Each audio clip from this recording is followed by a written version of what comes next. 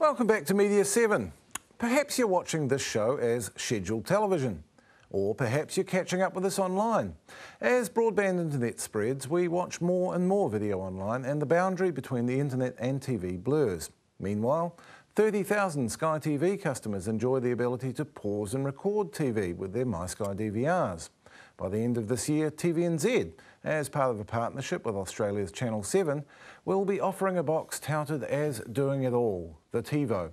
I caught up with TiVo's Chief Executive Tom Rogers during his lightning visit this week and asked him why, when new TV sets come with built-in YouTube, his device was the one we should want. Our experience in the US is consumer wants not to have to decide, well, I'm going to get this television set because it gets me YouTube, or I'm going to get this box because I get Netflix from it. They want to be able to get anything they want and not have that choice predetermined by virtue of what $2,000 expenditure they made on a TV set. And so this concept of universality is critical for us. Whether something's downloaded or streamed, whether something's coming from one provider or another, we provide it all. And then let the consumer decide ultimately what they want to bring in. The problem with what we've seen so far out of the television set manufacturers is they may enable you to do something, even though it's one slice of the entire pie, but finding what you want is not easy. And the real secret sauce of TiVo, even as a digital video recorder, was that search and discovery capability. And we're kind of explaining that in this broadband content world of the need to be the Google of TV.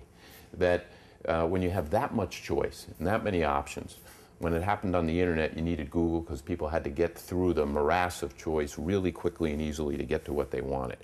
In television, you're going to need the same. And what we do is search multiple databases, multiple inputs, broadcast, broadband, doesn't matter where it's coming from, who's providing it. You just want to be able to put something in and know you can get there quickly. And that's what a huge value add that we think we bring to the table. You're also talking to advertising industry people while you're here. I think those people look at DVRs and see their traditional free-to-air advertising model crumbling. What have you got to say to them? Well, this has been a major thrust for us in the United States because for broadcasting to thrive, broadcasting needs to have television advertising thrive, and many have looked at digital video recorders as something that undermines the whole advertising model. And we looked at that situation and said, TiVo can change that for the better for both broadcasters and advertisers. And the way we've gone about doing that is to create forms of advertising inventory that make it possible to learn enormous amount about products and services. So the viewer knows that there's something they can go into that instead of being a 30-second ad, maybe a 3-minute expo on a product, some lengthier discussion that at the end of which they may indicate they want to be contacted, or there actually may be an opportunity to do a transaction at the end. In New Zealand, you're coming into a market with a dominant pay provider, and meanwhile in the US, your subscriber numbers actually dipped a little bit in the year to April. Are you in a position to come into a much tougher market and still succeed? We have been highly focused on just how to relate to broadcast networks that obviously provide the first and most fundamental form of television to audiences around the world. And we have come to a formula here where we believe the leading broadcasters working with TiVo can put together a package of programming which provides an enormous amount of choice and an enormous amount of consumer control in ways that will surpass the offering of any other kind of provider. And with that, we are extremely excited about what we're doing here. We've already seen Sky TV in New Zealand stop providing on-demand services to its subscribers' PCs because it was blowing the monthly data cap of their customers. They were going over their monthly limit, their internet slowed down. Is it crucial for your model to work here for there to be unmetered access to this content via the local ISPs? Well, it's a good question. My understanding is that the way this will play out in this market is hybrid TV, and TVNZ will be looking to partner with telecommunications providers so that the metered content issue can be dealt with in a way that's compatible with the needs of consumers. TiVo CEO Tom Rogers there. I'm joined now by TVNZ CEO Rick Ellis, who approved his company's $10 million stake in the regional TiVo licensee Hybrid TV. Media strategist Michael Carney and Scott Bartlett, CEO of the internet provider Orcon.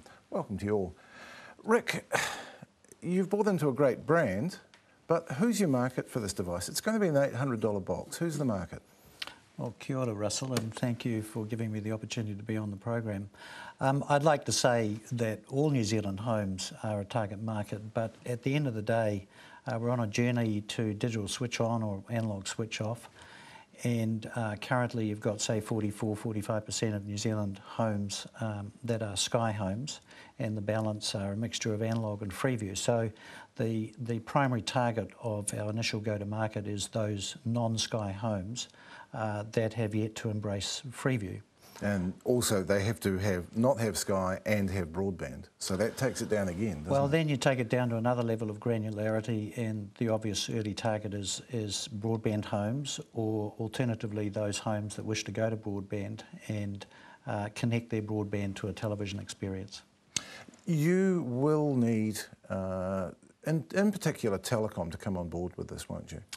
Well, at the end of the day, we'd like to think that the attractiveness of the TiVo digital video recorder capability, along with broadband content that will be delivered to it, will be attractive to a number of telecommunications players in the marketplace and ISPs. But as things stand, I mean, even Sky couldn't get the local ISPs to offer unmetered access to what it was trying to deliver to its customers, and it gave up. Yeah, I think it's fair to say that that hybrid television, which is bringing this product to market, we're a shareholder in that, is working these issues through with the local telecommunications providers, as they are in Australia as well. And we're hopeful that we'll have a good solution in place by launch for Christmas. Now, I'll go to Scott Bartlett now, because he's someone you do have an agreement with. Scott, how were you able to reach this sort of arrangement with TVNZ, whereby the data that, if someone's watching a program like ours on TVNZ On Demand, it doesn't count against their monthly data cap? Why were you able to reach that arrangement with TVNZ and certain other ISPs haven't been able to? Well, I mean, it's yeah, the economics of this are pretty simple. You know, if the content is sitting inside New Zealand, I've got a nice big juicy data centre with nice big juicy pipes going out to our wonderful customers. I can connect that up to Rick's boxes over here in this building, and you know, that costs very little to do that. And so if it doesn't cost me anything to do it, or very little, but I can, you know, enhance the service that I give to my customers, then why wouldn't I do it? It's a good question. Why isn't every other telecommunications provider doing this? No idea. I mean, I'd just say they were barking mad, I don't know. But was it easy to do? Is it a commercial deal that you have with Rick? Not really. I mean, there's no transfer of money going on here. I mean, if commercialism is about, you know, making money, the way that I make money out of this is by having a much better product than my competitors.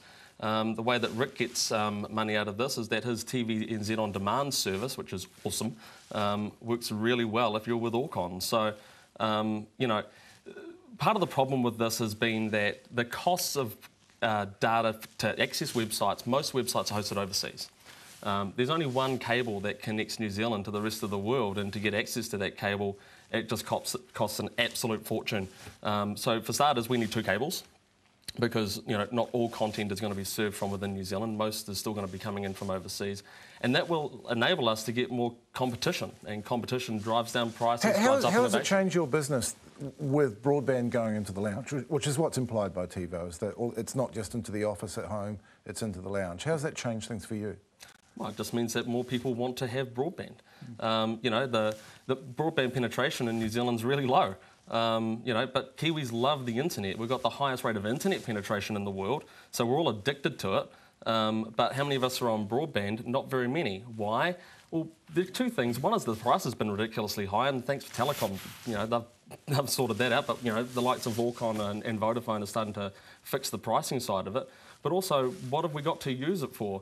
TiVo is fantastic. Any online service that gets you more value out of your broadband connection is going to mean that more people want it. when we get more broadband, we're going to get more productivity. Well, I know some people who are not quite sure whether they want it, and that's the advertising agencies, because they quite like their model at the moment, don't they, Michael? Well, it's the one that we've grown up with, Russell, and it certainly delivers a lot of eyeballs, if you like, to our advertisers, and that's really what it's all about. Now, I wasn't allowed into Tom Rogers' address to agency people and media buyers on Monday. You were there. What did he say to them? Did they walk out feeling reassured that they still had a business? Well, I think you've got to put it in context that when TiVo launched in the States, they essentially told all the consumers out there that this was an opportunity to skip advertising. And he spent a few years recovering from that, or his company did. And so they've learned from that experience that really it's a partnership with the advertisers and with broadcasters. And so he was here basically to say good things and to provide a lot of the information that he told you on that clip that we saw. And also, I guess, to flag the fact that this is going to be the way of the future. In the States, DVR penetration is already above 30%, headed towards 50% in the next couple of years. So it's going to be here. So are you going to play in the game or not? Is that how you saw it, Rick? That you had you had to be in there? Absolutely. Look, I think at the end of the day, there's been traditional belief systems in television and in online and in the digital video recorder space that have said, you know, the other thing is my enemy. But as we've demonstrated with TVNZ On Demand, you know, which Scott's company supports on an unmetered basis, the fact that people can catch up online, the episode that they missed, is actually driving more eyeballs back to television. And the DVR environment with TiVo has a number of ad tools, but in addition to that, homes that have time-shifted viewing capability, which the TiVo represents, watch more television. So we believe that this will extend the reach for advertisers and be good for their business. And that's the message. The other thing that Tom Rogers said was that this is a box that does everything. And clearly the more things that you can get through this TiVo box, the better. What is going to be on offer? Well, in the first instance, it is a Freeview compatible digital video recorder. So all of the channels that you get for free today through Freeview Digital Terrestrial will be available through that box. For free? For free. And in addition, you'll be able to, providing the EPG data is being provided by the broadcaster, you'll be able to record that and watch at your leisure. And there's a huge variety of capability there that will manage that for you. But in addition, when you feel like it, through broadband, we offer up on a pay-per-view basis additional movie content or television content and later further down the track services. How about TV3? Do they get to play here? Well, absolutely. I mean, the message that TiVo and Hybrid have been bringing to all the broadcasters is that the ad tools that surround your programs are yours to participate in and to offer to your advertisers. And so there's every reason why every broadcaster would want to participate, because they can sell more. We just happen to be a shareholder in this. We're not the controller of the advertising environment for it. Michael, TiVo in the US has made some quite large and interesting partnerships, most recently with Best Buy, the big electronics chain, also with Amazon, so that you can be watching Oprah and you think, oh, I like Oprah's Book of the Month, I'll buy it, and you hit the button and buy it. Is that kind of thing going to fly here? Are there big partners that Hybrid TV can talk to? Well, there's certainly a lot of interest. I mean, the classic example that's been flagged around, of course, is pizza. When you feel hunger coming on, always the pizza, isn't it? push a button and it's there. But I think the other benefit for traditional advertisers is that when there's a standard television being broadcast through your TiVo box, that if there's an ad on a free-to-air network with an attachment, you can buy that as well, or at least order it and consume it afterwards. Is that going to fill the gap? But you know, TV has traditionally brought in a lot of money via advertising. Is it going to bring in as much through nice little features like that? Well, I think it's the same challenge that faces publishers, and in fact any non-online media provider, that when they switch to online, the model changes, and the challenge is finding a way to turn that into revenue. And TiVo is there, so they've developed a number of ways to do that in the States, and no doubt they'll make them available here in due course. And as the advertising industry, we'll have to learn how to adapt and adopt those strategies. Scott, what are the kids watching now? Because my teenage sons watch a lot of video. They don't watch any of it on broadcast television. What are you trying to say, Russell? Well, you're the youngest person at the table, Scott. I'm asking you.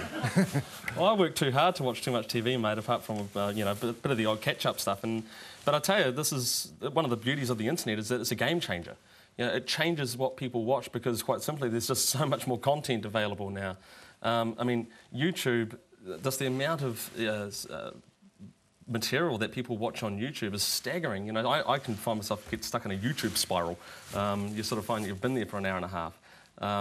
But I think Michael's point is the right point, is that whenever you have a disruptive technology or a disruptive event come into any traditional market, it creates a new opportunity. And the interesting thing is that TiVo users in the US actually have YouTube access now, not here for the time being.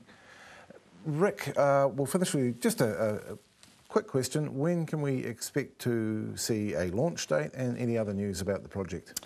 Well, the first thing is if any early adopters have an interest in being first up with their TiVo box, then they should register on mytivo.co.nz, and there's several thousand New Zealanders that have already done so.